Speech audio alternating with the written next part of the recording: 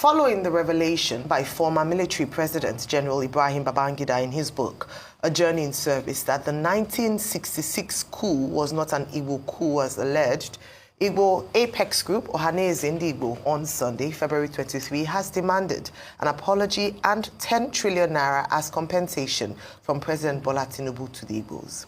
Babangida, in his book, revealed that the primary objective of the coup plotters was to release Chief Obafemi Awolowo from prison and install him as Prime Minister.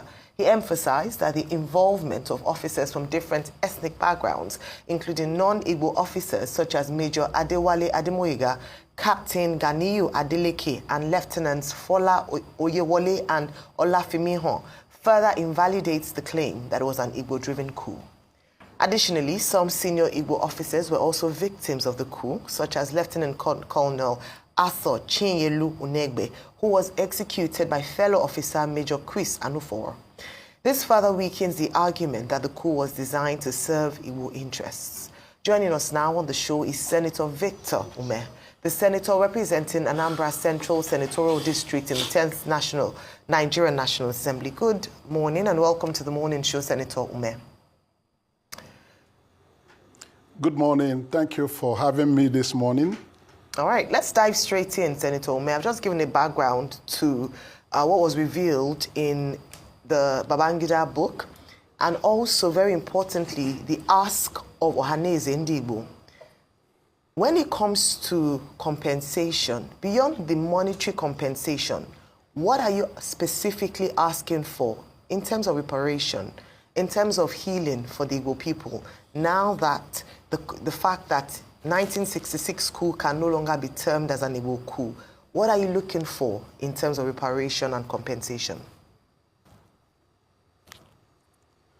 Well, I will say that it was quite relieving that former President Babangida's book has one more time confirmed what we have always known to be the state of affairs with that coup. I have read so many books on that subject matter from the 1980s, and there were so many books on the matter already, even those written by the major participants in the coup. I have read the book by Colonel then Major Adewale Ademoyiga, which was mentioned in Babangida's book as one of the 5 majors that were the leaders of that coup, while we struck. That was his own book. There were other books written by other people who were involved in that coup. Someone like Colonel Emmanuel Bosi of blessed memory, Ben Boulier, then Aboyega himself. There was no way we would have felt better than coming from General Babangida, who was later military head of state and was an officer in the Nigerian army, though as a young officer. But having become head of state under military dispensation, it will be clear that he had access to classified information. So he was not just writing as a young military officer when the coup took place. He wrote from the point of deep knowledge from classified information in the military. So that his statement was very emphatic, and truly speaking, the coup was not an Igbo coup. It was a coup, like he posited, by young military revolutionaries who thought that they would make things better for Nigeria by removing the government at the time. And the primary objective was to release Bafemi Awolowo, who was in prison in Calabar. Even though they did not get to the point of releasing Awolowo from prison, events later showed that it was Ojukwu who released Awolowo from Calabar prison. So the coup itself was also not supported by Ojukwu himself. Having come to this realization that is should be incontrovertible at this time, what do we make of it? In terms of reparation and so on and so forth, my own is we should take advantage of this revelation and the clear statement made by General Babangida to begin the process of reconciliation and healing. The Igbos of Nigeria have been held in so much contempt with successive administrations in Nigeria, starting from Gowon, and were put on a very dark spot in the affairs of this country that to organize a coup that killed some important people in Nigeria. But truthfully and reassuringly, this book has exposed that the Igbos themselves crushed the coup. Major Obienu from Nnewi was credited to be one person who played a very pivotal role in crushing the coup. Ojukwu was a commander in Kano at the time of the coup. And I read and also I heard from him personally because, I worked with him for 5 years until his death. He was national leader of ABGA and I was national chairman of ABGA. So at various times I discussed these matters with him to get the truth of the matter. He had telephone exchange with Major Nzogwu where he declined to support the coup. Ojukwu was an Igbo man and was somebody who played a major role going forward later in history. So I would like Nigerians to bury the hatchet and shift their mind from the narrative that the Igbos organize a coup for selfish reasons. The Igbos did not ask the officers to go and organize any coup. Okay. Yeah. Senator Umeh. So on the issue of reparation. Yeah, he hasn't that question. Okay. Yeah. Answer reparation before I ask you. Yeah, the question around reparation and what would I should take the issue of reparation. Like? Yes. Yeah. Yes. Well, Othman Danfodio said that conscience is an open wound. Only the truth can heal it. So now that it is clear that Igbos do not organize any coup to kill anybody for selfish reasons, it follows that all the things the Igbos have been denied in Nigeria by the successive governments, starting from Gowon down to the present day even, that Igbos should be seen as Nigerians with the same rights and privileges that other Nigerians will enjoy in the affairs of government. The discrimination handed down to the Igbos because of this should now abate. It should end. Let everybody come to the table with equal rights. Okay. Couple of things. I want to ask, are you following the way, and let me just establish again for the sake of posterity, there was no Igbo coup. It was just propaganda to hang all of this on the Igbos, and we know what happened then. Even before, Babangida didn't even need to write the book. Before, we had said there was nothing called an Igbo coup. It was just propaganda. And also, the Western media that portrayed that propaganda also, is there any, letter to be written to that Western, because that Western media still exists, that pushed that propaganda big time, and we know that, number one. So, number one, are you also saying that, are you joining the likes of Igbo to talk about a 10 trillion reparation? I've heard 10 trillion, I've heard all sorts of figures. That's number one. Number two, do you think Gowon too should be able to write his own side of his story? Because he's 90 now, and he also needs to tell some side of that story. We've had conversations about Gowon saying, yes, they said in some fora, he had apologized to some people. No, we've not had a definitive book from Gowon. Do you think Gowon should tell his own side of the story? And do you subscribe to the likes of some people that are saying over 10 trillion, I think it was Anambra Indigo, and they're calling all sorts of amounts for this reparation? Those are the two questions, sir. Yeah, thank you very much. Well, starting with Gowon, I think Gowon owes Nigerians a duty to write his own account of that war and the things that led to the war and the way the war was carried out and the way the war ended.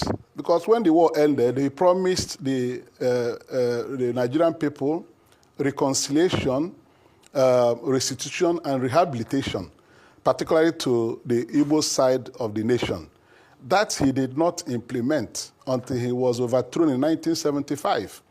And these accounts that have come out, particularly from General Babangida, because these things are already available everywhere, preponderant stories told, written by the actual participants in the coup, and the counter coup, and the civil war. All these things are available. So he himself should stop playing the ostrich. He just like Babangida came out as an elder statesman at 80 now, he decided to speak the truth, including on matters of June 12. People should not return certain things unto death. Gowon was a principal person in the whole episode. He was the one that destroyed the regional arrangement in Nigeria and created the 12-state structure from where we had all these things. So he needs to come out and put his statements clearly. And because of the way he handled the war and the way he treated the Igbos, including the massacre of the Igbo people, he owes the Igbo people apology. Incidentally, he could not join these issues when people like General Ojukwu, people like him were alive. But still, his conscience requires that he must tell the truth. He must speak the truth before he leaves the stage. Yes, at 90, he cannot keep quiet and pretend over these things. A lot of books have been written, what he did and what he failed to do to ensure that that war was avoided. He was accused of so many breaches of agreement, both Aburi Accord and the rest of it. If he had kept his own side of the Aburi Accord, I believe Nigeria wouldn't have plunged into a civil war. So he didn't do these things. He needs to write a book. He needs to write a book and tell his story and apologize. Yeah. Senator Umeh, this figure 10 trillion keeps ringing in my it keeps ringing in my head. Can you please articulate something and simplify it for me? So, what exactly are you asking for this 10 trillion for, if you are, and what do you intend to do with it? In very simple terms. Thank you very much. I do not want to begin to talk about figures for reparation in terms of monetary compensation. I think what is important is that at this stage where we are, let's put behind those dark days in our history and go forward. They know what they denied the Igbos. A change in attitude of the present government towards reintegrating the Igbos fully into the Nigerian project and casting away that suspicion that Igbos organized a coup that made them to be removed from their scheme of things in Nigeria. If we put a stop to it, it begins the healing process. It's not something that you use money to quantify in terms of compensation. What we need is a change in attitude. Today is still mourning time in the life of Nigeria. Let them begin to build the infrastructures infrastructure in Igbo land. In everywhere in Nigeria. Yes, Senator, I agree with you. Let's put aside that money thing because it's so clear and yet very difficult to understand in many circumstances. Let's go to another thing. I think it is clear, it is very good for us to remember that whether somebody is Fulani, Igbo, or Ijo, I want Nigerians to remember it's an accidental thing. And I believe that it is limiting for us to be defined by something that is accidental. I'd rather it be known as a carpenter, a lover, or a singer than really that accidental thing that came to us.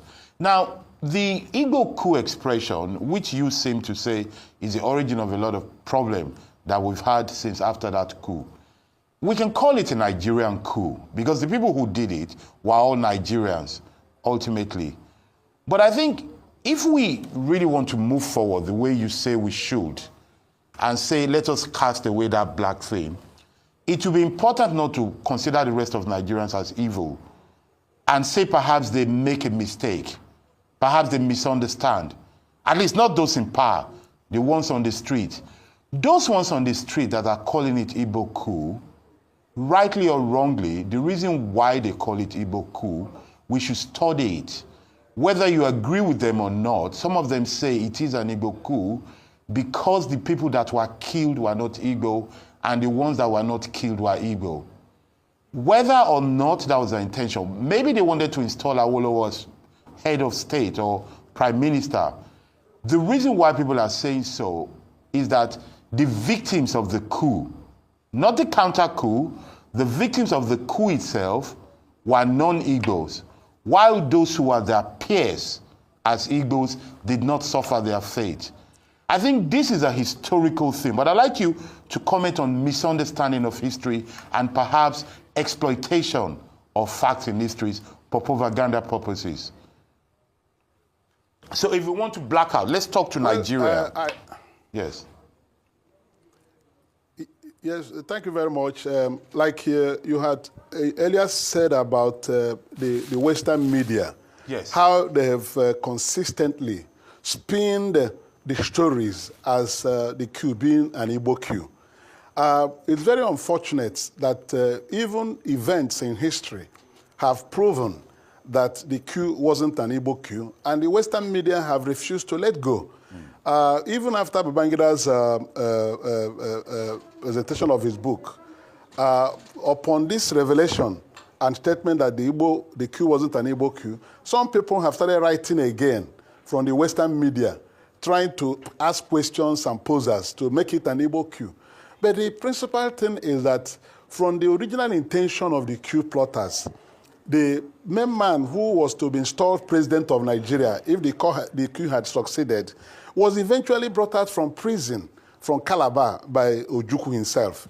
So I think whatever people try to write and conjecture to be able to put a certain people in distrust in the minds of Nigerians should cease. Because I don't think going with that storyline, and if you look at the counter-coup itself, the Igbos have paid very huge price for the counter-coup. For the fact that the executioners of the coup, some of them failed in their assignments, will not make it a deliberate thing to be heaped on the Igbo people. There are people who can be in that assignment, and some of them can be lousy. They will not be able to implement assignments given to them. Some did it purposefully, successfully, without doing it for with any intention to make one side suffer for it more, other than to achieve their purpose, to change government and bring up Obafemi Awolowo to power. So we have to see it at that. Continuing to try to expose the Igbos to national distrust is very wrong. Major Adewale Adeboyege and Captain Adeleke and Ganiu, all of them mentioned in that book, you know where they come from. They are not Igbo people. They were in the plot and the execution of the coup. So because some of them couldn't see their own assignments through, could not be said to be a plan for a coup directed at some people against the other. There were so many things that played out along the line. There was counter-coup. Ibrahim Babangida, who was the highest military officer that assumed the authority of power at that time, the way he proceeded, he fought for the unity of Nigeria. He didn't want Nigeria to be dismembered, but he paid dearly with his own life. He was killed. And at that time, the spirit of brotherhood was very strong. Colonel Fajui, who was playing host to him as the military governor of the Western region, chose to die with him. He was killed together with General Ironsi. So all these things, particularly what politicians started doing, and some manipulators along the line, they were the people that sowed the seed of discord that has become so bitter. People want to use that to capitalize on their political interests and gains.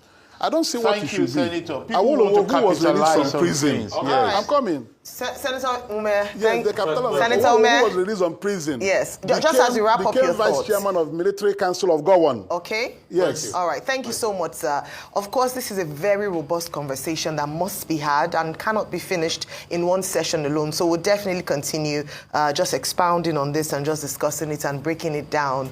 But thank you for your time with us today, and hopefully have you again very soon.